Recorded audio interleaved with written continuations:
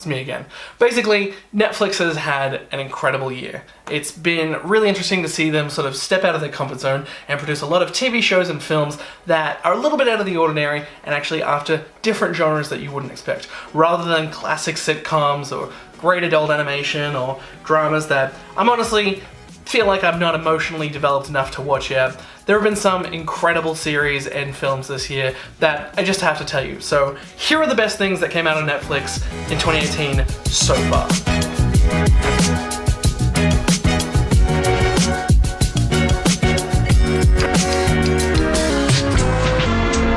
Number 5, Annihilation. Man, so many people were so fucking wrong about this film, and I think it's going to be called the Netflix effect, or the Cloverfield effect from here on out. Yes, this was a film that was in development hell for a while, but Alex Garland, who is not only an award-winning and an Academy Award-nominated writer and director, he has had an incredible track record, from being an author back in the late 90s all the way up to the incredible filmmaker he is now. Annihilation was such an incredible film, an incredible sci-fi film that, yes, it was about women who were, driven by science and technology to discover the craziness that was happening in the world. But not only did he deliver such a beautiful and poignant film, but just something that I still feel like there's so many more layers and so many things I just didn't notice about it. What starts off as just being a crazy, absurd drama between two people who have been missing one another for several years turns into such a crazy, brilliant, action-packed, and wonderful philosophical sci-fi film. I really don't want to spoil any of it. I feel like the trailer does enough of that, which is why I've just used selected bits and used kind of my face a lot, which is, this is kind of how I get around copyright. I'm really sorry, and I know that people don't like me and my face in these videos, but this is just how I have to get around it.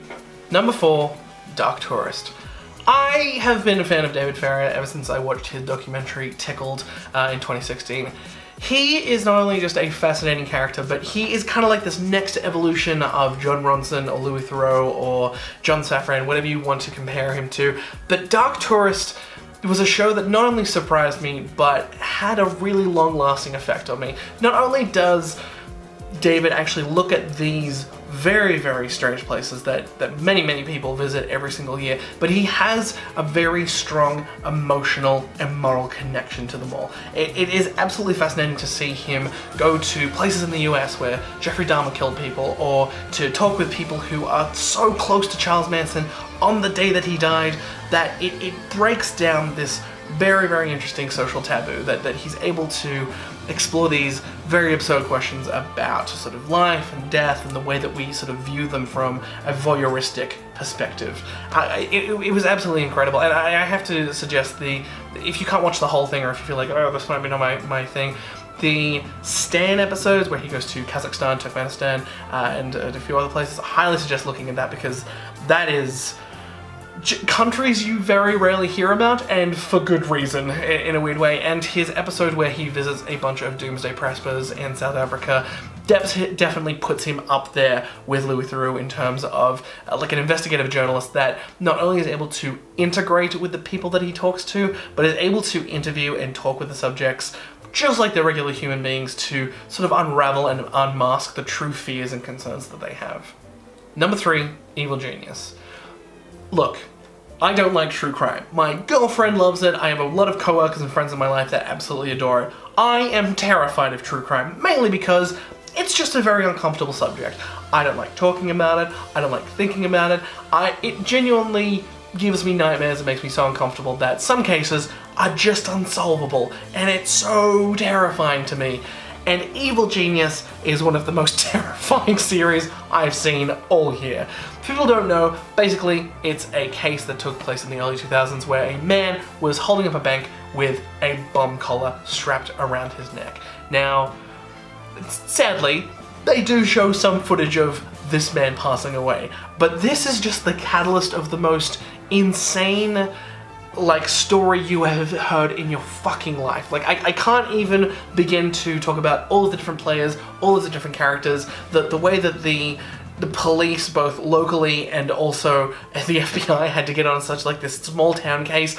It's amazing. It is a series that is seen to be believed. To see these, and it's horrible to talk about like this, but these characters who are maybe the most evil geniuses that you've ever encountered. I do hope that there is a second season where we look at a different case, but for now, this was enough for me. I don't want to spoil anything more than that. It is an incredible series, and I highly suggest that you watch it.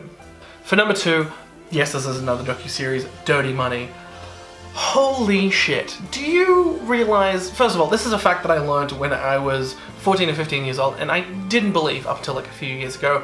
Did you know that like 75 to 80% of all money is digital? It doesn't exist. It is a series of numbers that are passing in and out of accounts at such a rapid rate that we could never actually look at the finite amounts of dollars and cents that are passing through every single account. It would be absolutely mind-boggling to even think about that.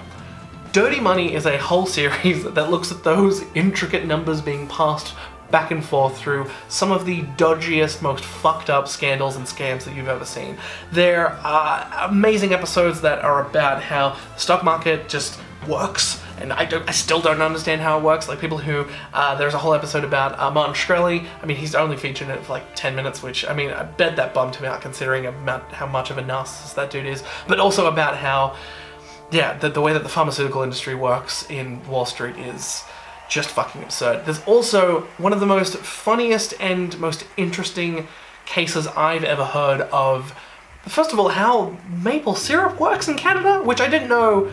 There is a whole, like, scandalous industry there, and also one of the biggest heists that they have ever dealt with in their life. Again, I don't want to spoil too much. It is a fascinating series, and the final episode, which is actually the longest episode, deals with Donald Trump and all of the horrible dumb shit that he's done in his entire life. I mean, not just the morally dumb shit, but also how bad of a businessman he is. Again, it's another series that needs to be seen to be believed. And now, before we get to number 1, just some honorable mentions. There were so many great series and a lot of great movies that came out on Netflix this year, and honestly, I feel like I wanted to give them their own episodes, but I'm gonna either give them 30 seconds or 10 words to just give them praise, and honestly, you should just watch them anyway because they're just really, really good. Queer Eye. Holy shit, it's way better than the original, it's so much more interesting, and they actually talk about cool stuff and politics. The Staircase. Did he do it? Probably, but this one doesn't really count as a Netflix original. Honestly, it just builds on the old series. The Break with Michelle Wolf. Michelle Wolf breaks format and is funnier than any male counterpart on late night TV at the moment.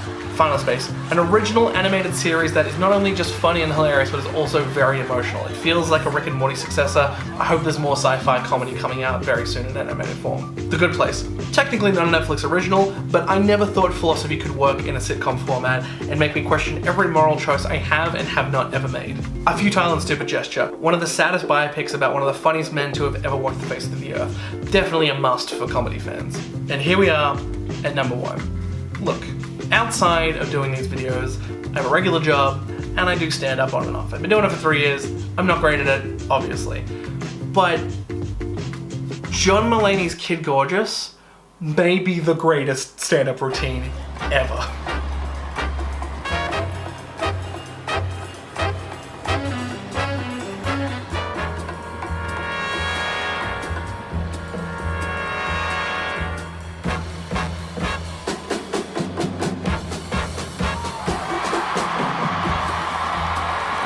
I've been following John Mulaney for about 6 or 7 years now. I have just loved his style because he is able to bring this very over-exaggerated, like classic Catskills kind of comedian into the 21st century. And not only is his delivery and timing and the way that he has these wonderful intricacies with these jokes, again, it's just mind-bogglingly fucking hilarious. Like, it's so hard to explain how good Kid Gorgeous is. Like, you need to, look, if you're not a stand-up comedy fan, totally understand. Maybe stand-up comedy just isn't for you. Maybe you like sitcoms, maybe you care about opera.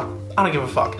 Just take an hour just to sit down, maybe watch the first 20 minutes. I think any movie or TV show is worth just 20 minutes of your time. Even the worst films of all time, whether it's The Room or Freddy Got Fingered, but this is the exact opposite of it. This is one of the funniest stand-up specials in history. I can't emphasize it enough. It may be because I'm a big comedy nerd, and maybe it's because I'm terrible at stand-up, but when I see amazing stand-up like this, it just has to be shared. It is just that amazing. And so that's it. That is everything that was absolutely amazing in basically in 2018 so far. Again, those honorable mentions, I do agree that a lot of them, I mean, if you're in a region where you just don't get those TV channels like NBC or TBS, maybe they're probably your top 5 picks. But do tell me in the comments. Do tell me the best stuff that you've seen this year, even if it's stuff from previous years. I thought about making a list like that just because I've been trying to catch up the last couple of months. I mean, that's kind of why I haven't been doing these videos. I also have some new videos about Stan's original series and films coming out later this month, but I want you to know that I'm making more content, and also to subscribe to my other channel, which is Harrison Engstrom. Again, it's in the description down below. But again, I'm Harrison by the Stream, and thank you so much for watching my top 5 shows and films on Netflix in 2018.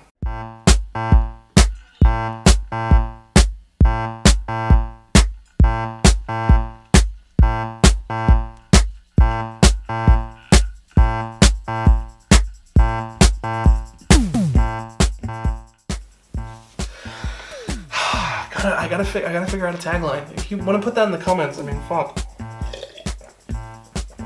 I'm not getting any better at it. That's for sure.